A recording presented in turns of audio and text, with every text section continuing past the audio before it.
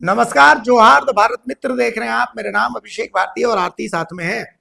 जिस चीज का डर था, द भारत मित्र लगातार चेता रहा था, बता रहा था कि ऐसा कुछ हो सकता है, लेकिन प्रशासन नहीं माना, लाइट रहता रहा और आखिरकार दो घटनाओं ने पाकुड़ को हिला के रख दिया। पहली घटना, पाकुड़ में बेल पहाड़ी है। यहाँ पर आजसू के नेता है अजहर इस्लाम। अजहर इस्लाम की एक खदान है, उस खदान के बगल में गांव, ब्लास्टिंग हुई, बड़े बड़े बोल्डर गांव में गिरे, कई लोग घायल हो गए, जिसके बाद गांव वाले आक्रोशित हो गए और गांव वालों ने किया, अजहर इस्लाम के बॉडीगार्ड्स के साथ झड़प हो गई, कई गांव वाले भी घायल हो गए। अजहर इस्लाम के बॉडीगार्ड्स ने दनादन हवाई फायरिंग की। उसका वीडियो भी हमारे पास, हम वीडियो दिखाते हैं, पहले वीडियो देखिए वीडियो।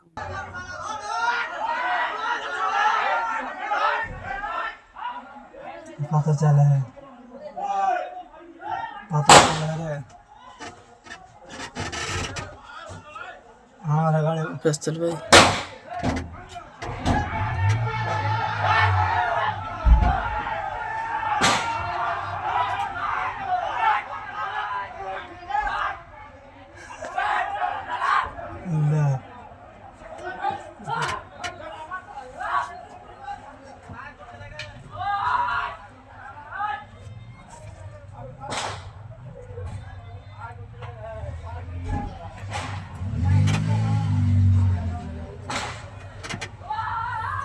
Shut out hello.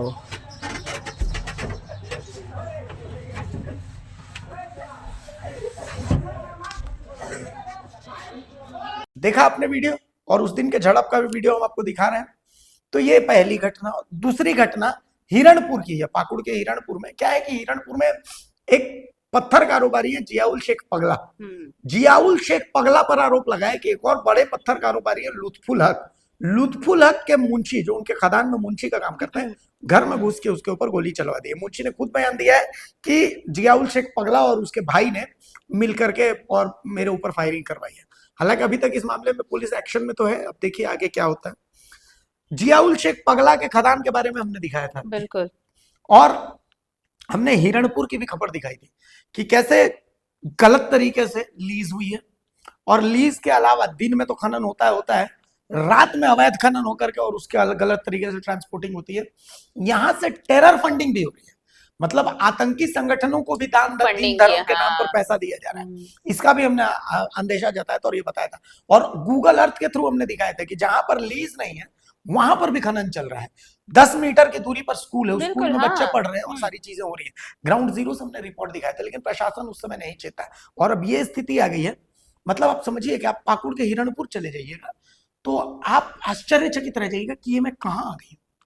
वहां आपको मतलब एकदम जंगल के बीच में अचानक से खदान दिखेगा और बगल में आदिवासी गांव है, और नशे में धुत करके आदिवासियों को, और उसके बाद उन्हीं की जमीन पर खत्म, पूरा वेजिटेशन खत्म हो चुका है और सब कुछ एकदम समाप्त हो चुका है। सीओ जो है वो सीओ इन पत्थर माफियाओं के गुलाम हो चुके हैं, थाना प्रभारी जो है पत्थर माफियाओं के गुलाम हो चुके हैं। मतलब आपको लगेगा आप किसी अलग देश में आ गए हैं। ये स्थिति है यहाँ पे। बिल्कुल। और मुझे हमें याद है कि जब आप ही हम या भारत मित्र की टीम जब आप गए थे वहां पर, वो पूरा नजारा वो कितना भयावह था। और सबसे बड़ी बात है कि आप देखिए वहां रहने वाले लोगों के लिए ये रोजाना का है। वो रोजाना जिंदगी और मौत के बीच जूझते हैं। ऐसा नहीं है कि अगर आज खनन हो गया तो फिर वो बंद हो गया, चलो एक दिन की बात थी, खत्म। रोज वहां पर हैवी ब्लास्टिंग होती है और इसी का आक्रोश तो फूटा वहां पर कि जब बड़े बड़े पत्थर टूटकर उनके घर की छतों पर गिर रहे हैं और कई वहां पर लोग जख्मी होते हैं। आए दिन कई लोग वहां पर इसके शिकार हो रहे हैं। तो लोग शिकायत करने पहुंच रहे थाना प्रभारी के पास, अधिकारी के पास, तो कोई सुन नहीं रहा है उनकी। तो जब नहीं सुन रहा है तो फिर अब जब चीजें जब हाथ से बाहर निकलती तब लोगों का गुस्सा फूटता है, और यही गुस्सा फूटा और लोगों ने इस तरह से हंगामा किया, विरोध किया। अब विरोध के बाद देखिए किस तरह से फायरिंग हुई है। ये तस्वीर आप इस वक्त देख भी रहे होंगे स्क्रीन पर, ये फायरिंग है। तो सबसे बड़ी चीज है पहले तो ये कि अगर कंपनियां वहां पे खनन कर रही हैं तो कोई तो मॉनिटरिंग अथॉरिटी होगी भारतीय, जो मॉनिटर करती होगी कि जो कंपनियां यहाँ पर माइनिंग के लिए आई हैं उनके लिए भी कुछ रेगुलेशंस हैं, कुछ रेगुलरिटी जो तय की गई हैं वो कौन देखता होगा? ये कौन बताएगा कि कौन देख रहा है नहीं देख रहा है? अपने मन से वो, अगर दायरा 5 फीट का है तो वो 50 फीट में माइनिंग कर रहे हैं, और उन 50 फीट के दायरे में स्कूल्स हैं, विलेजेस हैं, जो गांव और स्कूल आ रहे हैं, लोगों जो छोटे छोटे बच्चे हैं उनके खेलने की जगह खत्म हो गई है, वहां पर जो लोग खेती बाड़ी करते थे वो खेती बाड़ी की जगह खत्म हो गई है, जमीन खत्म हो गई है। ऑब्वियस है माइनिंग जहां पर भी होगा ये सारी चीजें खत्म होती है। तो ऐसे में अगर लोग वहां पर तबाह हो रहे हैं, अधिकारी क्या कर रहे हैं, वहां की पुलिस क्या कर रही है? सारे गुलाम बन बैठे हैं वहां पर। और जब ये तस्वीर, जब लोगों का गुस्सा फूटता है तो फिर इस तरह की तस्वीरें आती हैं। आप माफिया हैं तो आप आके गोलियां चलाते हैं, लोगों को डराते हैं, धमकाते हैं, और उसके बाद भी कोई कार्रवाई नहीं होती है। सबसे बड़ी बात तो ये है कि इतना कुछ होने के बाद भी कोई कार्रवाई नहीं होती। आप मर रहे हैं, मरिए, कोई फर्क नहीं पड़ता। पाकुड़ जब आप जाइएगा, रात में कभी आप जब जाइएगा, दिन में तो आपको कुछ पता नहीं चलेगा, रात में अगर आप जाती हैं, सिंगल लेन रास्ता है पहली चीज, मतलब बहुत पतला रास्ता है। दुमका से पाकुड़ के बीच का जो रास्ता है, हिरणपुर का जो रास्ता है, वो बहुत पतला रास्ता है। उस रास्ते में 10 बजे के बाद अगर आप गाड़ी चला रही हैं, मतलब आप समझ लीजिए कि मौत के कुएं में गाड़ी चलाना जैसा होता है ना, बिल्कुल वैसा होता है। इतनी खतरनाक स्थिति है। दोनों तरफ खाई।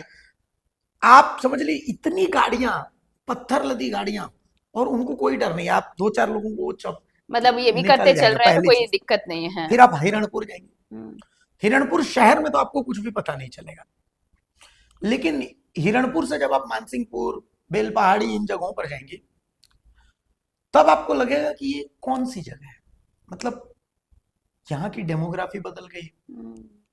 ये कौन लोग हैं। हाँ सीरियसली आप सबसे बड़ी चीज आप तो वही है। आप देखेंगे, मतलब पाकुड़ के लिहाज से पाकुड़ संथाल का इलाका है, तो वहां प्रमुखता के साथ आपको संथाली दिखने चाहिए। पाकुड़ शहर में आपको गिने चुने संथाली दिखेंगे, और गांवों में भी पाकुड़ में यही स्थिति है। आपको वहां पर सिर्फ सिर्फ पश्चिम बंगाल से आए हुए मुस्लिम दिखेंगे। कुछ लोग कहते हैं कि वो बांग्लादेशी हैं, कुछ लोग कहते हैं कि वो रोहिंग्या है, भगवान जाने वो कौन है पता नहीं, लेकिन सबके पास आधार कार्ड है। पत्थर के व्यवसाय पर इनका कब्जा है। आप देख लीजिए जियाउल शेख पगला, आप देख लीजिए लुत्फुल हक, आप देख लीजिए अजहर इस्लाम। तो मतलब आप स्थितियां देख लीजिए, आपको पत्थर के इस कारोबार में कोई मरांडी, कोई मुर्मू आपको नजर नहीं आएगा। वो मजदूर है खदान में। खदान के मालिक कौन है? तो जियाउल शेख पगला। अजहर जियाउल इस्लाम। शेख पगला के पास कहां से आया भाई इतना पैसा? हम्म। जियाउल शेख पगला कहाँ के से पास आया कहां से आया इतना? इतना पैसा? हाँ। असली कारोबार जो होता है वो दिन में होता है। मैं आपको बताता हूँ इंसिडेंट्स। मैं अपने सहयोगी सुबल के साथ रिपोर्टिंग कर रहा था इसी इलाके में, मानसिंहपुर में। यहाँ पर एक नहर थी, सरकारी नहर, खेत पटाने के लिए। अब नहर के इस तरफ गांव है और नहर के दूसरी तरफ खदान है। खदान से पत्थर निकलेगा तो अब जो रास्ता खदान से पत्थर लेके निकालने का वो बहुत आगे से घूम कर जाता है। तो इस पत्थर माफिया ने क्या किया कि पत्थर से जो डस्ट निकलता है क्रशर से, वो नहर में भर दिया। नहर में भर दिया। नहर को 3 जगह से इन्होंने बराबर कर दिया, नहर सूख गई है। हमने उसकी रिपोर्टिंग करी। जियाउल शेख पगला की खदान पर हम आए, तो इस खदान, बाकी खदान के साथ क्या है कि वो वे जो हैबिटेशन है, हैबिटेट्स है लोगों के रहने का, उससे लगभग 500 मीटर की दूरी पर, 700 मीटर की दूरी पर। लेकिन जियाउल शेख पगला की जो खदान है, इसको जो लीज हो, उस लीज एरिया से बाहर जाके इसने खदान किया।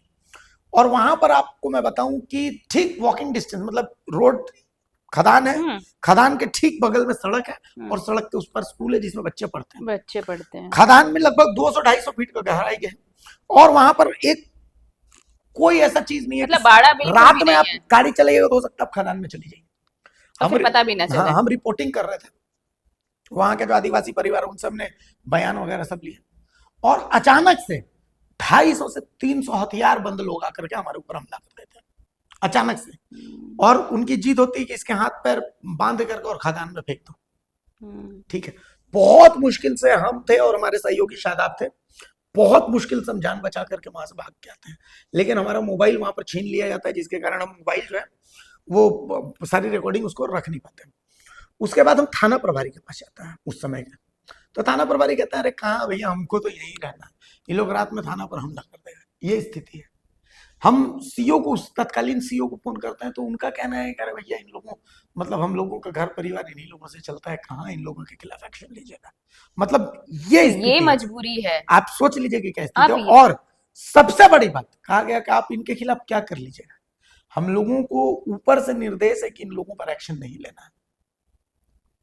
तब आप क्या आप करेंगे? सोच लीजिए, मैं कटा हुआ होंठ लेकर के पूरे शरीर से घायल होकर के, और उसके बाद फिर सोचिए कि उस जगह में मेरे को ना थाना प्रभारी मदद कर रहे हैं ना सीओ मदद कर रहे हैं।